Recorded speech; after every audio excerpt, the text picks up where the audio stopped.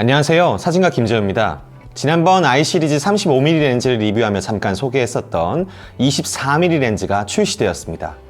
오늘은 이 렌즈를 리뷰해 볼까 합니다. 이 영상은 시그마로부터 제품을 제공받아 리뷰를 진행하게 되었습니다.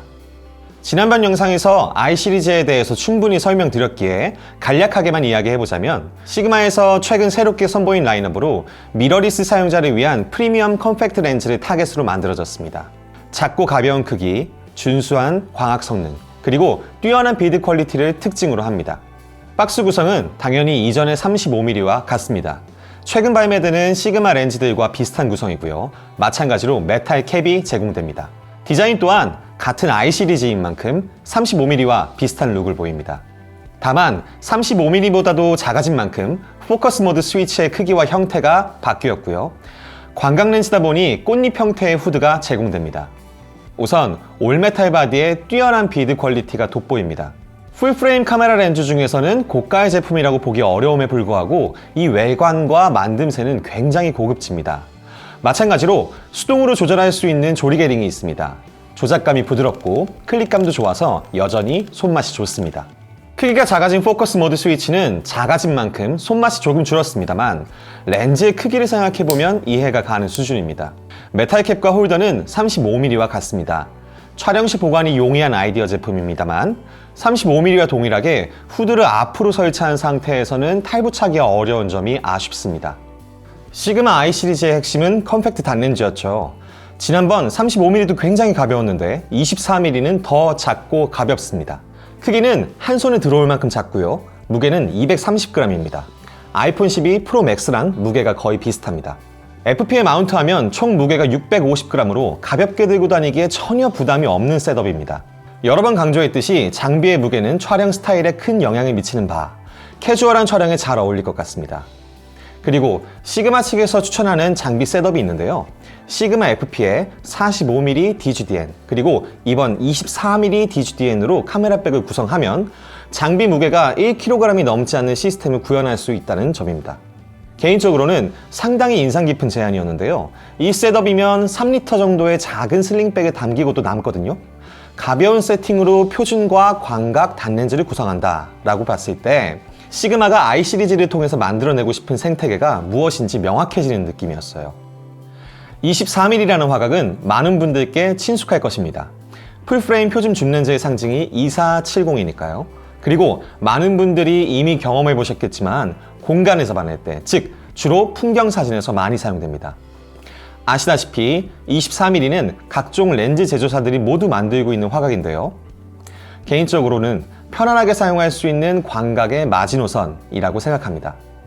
20mm부터는 광각 렌즈 특유의 원근 강조가 너무 강한 관계로 촬영의 난이도가 높거나 원근감이 부담스럽거나 혹은 피사체들이 너무 작아서 밋밋한 사진이 나올 확률이 높거든요.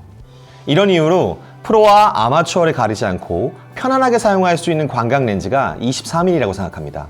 제 생각엔 바로 이 부분이 렌즈 기획 의도인 것 같습니다. I 시리즈의 특징이 가볍고 작고 예쁘게 만들어서 편하게 그리고 자주 사용할 수 있는 것이잖아요. 바로 이 특징을 생각해보면 이 렌즈는 편하고 가벼운 마음으로 사용하는 풍경 렌즈를 목표로 한 것 같습니다. 잠깐 24mm 샘플 사진을 함께 보겠습니다.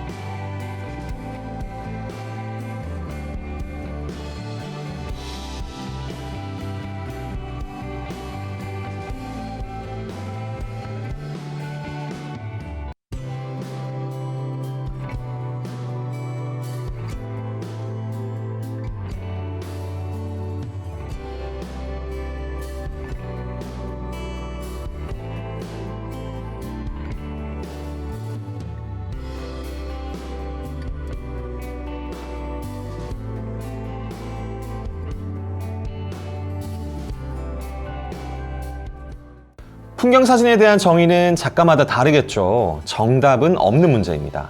풍경사진이라고 하면 아무래도 자연물을 떠올리기가 십상이지만 도시풍경, 고향풍경 등이 잘못된 표현이 아니듯이 풍경이라는 단어는 다양한 공간을 수식할 수가 있죠. 해서 저는 개인적으로 공간의 정서를 표현한 사진이라고 정의하고 있습니다. 그리고 중요한 것은 스냅 사진이나 인물 사진과는 다르게 풍경 사진의 경우 주로 사용되는 렌즈군이 따로 없다고 생각해요. 1224 등의 광각 렌즈부터 2470으로 대표되는 표준줌, 그리고 100, 400 등의 망원 렌즈 또한 풍경에 모두 쓰이는 렌즈들입니다. 특히나 많은 사진 초보자들의 오해와 달리 망원 렌즈는 풍경에서 굉장히 자주 쓰이죠. 한번 기회가 되시면 내셔널 지오그래픽의 사진을 한번 훑어보세요. 망원 사진이 생각보다 많을 것입니다. 여기서부터는 저의 사견인데 저는 닫힌 공간, 주로 실내라거나 좁은 골목 등에서는 광각을 선호하고요. 반대로 열려있는 공간, 특히나 드넓은 자연 공간에서는 망원을 선호하는 편입니다. 실제로 촬영해보시면 건물 내부의 공간 사진 등은 카메라의 포지션이 한정된 상태에서 구도를 만들어야 합니다. 이때 광각, 특히나 12245은 1635 등의 초광각이 큰 도움이 되고요. 반대로 넓은 초원이나 혹은 산의 정상 등에서 사진을 찍어보면 멀리 있는 것을 당기지 못해서 아쉬운 경우가 많지 화각이 좁아서 아쉬운 경우는 별로 없어요. 되려 너무 넓은 화각과 공간이 만나게 되면 원경에 있는 물체들이 너무 작게 표현되어서 사진이 힘을 잃는 경우가 다반사입니다.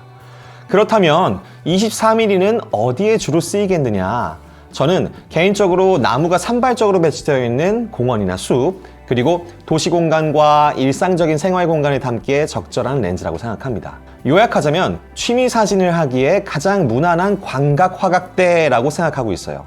물론 초광각 렌즈에 비교하면 그 원근감의 임팩트가 부족하다는 단점은 분명히 있습니다.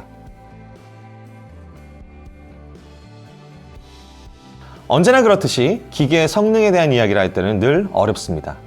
일단 주요 스펙을 살펴보자면 조리개 값은 f3.5에서 22로 개방 조리개 값이 어두운 편이지만 광각 렌즈임을 생각해보면 큰 문제가 되지 않는다고 생각하고요. 8군 10매 렌즈 구성에 7매의 원형 조리개로 설계되어져 있습니다. 필터 사이즈는 55mm, 그리고 간이 방진 방적을 지원하므로 아주 터프한 상황에서의 촬영은 권장하지 않습니다. 마운트는 L마운트와 소니 E마운트 두 가지로 출시되었고 한국 출시 가격은 약 69만 원으로 책정되었습니다. 일단 제가 렌즈에서 가장 중요히 여기는 샤프니스부터 살펴보자면 준수합니다. MTF 차트를 비교해서 봤을 때 I 시리즈 35mm DGDN에 비하면 디테일이 조금은 부족한 수준이라고 보여집니다. 개방 조리개에서는 살짝 소프트한 모습을 보입니다만 조리개를 조여주면 급격하게 샤프해지면서 f5.6에서부터 뛰어난 수준을 보여줍니다. 렌즈 주변부 화질도 준수한 모습을 보여줍니다. 절대값으로서 굉장히 샤프한 렌즈라고 이야기하기는 어렵겠지만 장비의 크기와 무게, 그리고 가격, 즉 체급을 생각해보면 동급 대비 뛰어난 수준이라고 평할 수 있겠습니다. 개방 조리개 값과 그 해상도가 조금은 아쉽습니다만 사실 풍경을 찍으면서 조리개를 가득 여는 경우는 많지 않기 때문에 큰 단점은 아니라고 생각됩니다. AF의 경우 FP에 마운트를 했을 때 꽤나 빠릿하게 작동했고요. 촬영의 불편함을 전혀 느낄 수가 없었습니다. 아마 E마운트 사용자들의 경우 더욱 빠른 스피드를 경험해 보실 수 있을 것 같습니다. 역광 상황에서 플레어 등 수차 제어는 뛰어난 편이고요. 역광 시 렌즈 플레어의 모양이 35mm에 비해서 명확한 형태는 아닙니다. 아웃포커스는 특별한 성향을 띠지 않고 부드럽게 흩어지는 표현이고요. 점광원 보케는 개방 조리개 시 안정적인 원형을 띠며 주변부에서 미세하게 타원형이 만들어지지만 눈에 띄는 수준은 아닙니다. 전체적으로 원형에 가깝습니다. 35mm DGDN 렌즈에 비하면 적은 편이지만 어느 정도는 포커스 브리딩이 관찰되기 때문에 빠르게 변화하는 동영상 촬영에는 적합하지 않다고 생각됩니다. 하지만 사진 전용 렌즈임을 생각해보면 큰 문제점은 아닌 것 같습니다. 특이할 만한 점은 최단 초점 거리가 10.8cm로 굉장히 가까운 거리에서 촬영할 수 있으며 이에 따라 다양한 표현을 시도할 수 있다는 점입니다.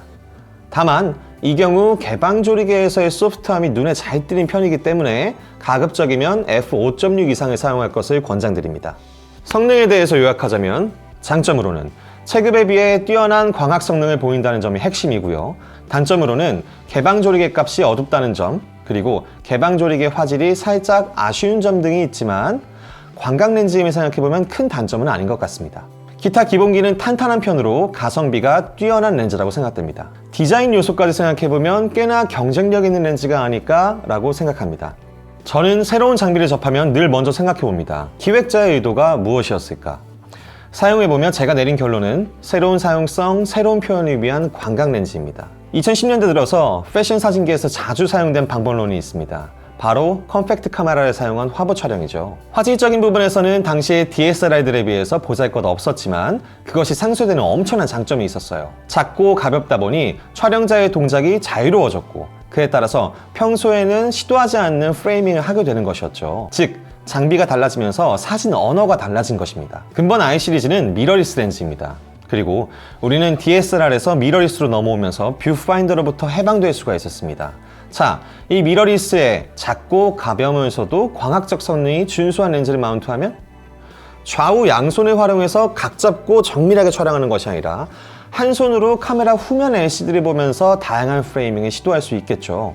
물론 컴팩트 카메라나 핸드폰 카메라와는 수준이 다른 화질로 말입니다. 저는 개인적으로 여기에 큰 의의가 있다고 생각합니다.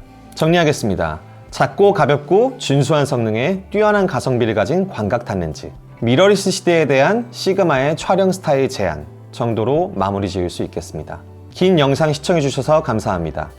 조만간 또 다른 컨텐츠로 찾아뵙도록 하겠습니다. 감사합니다.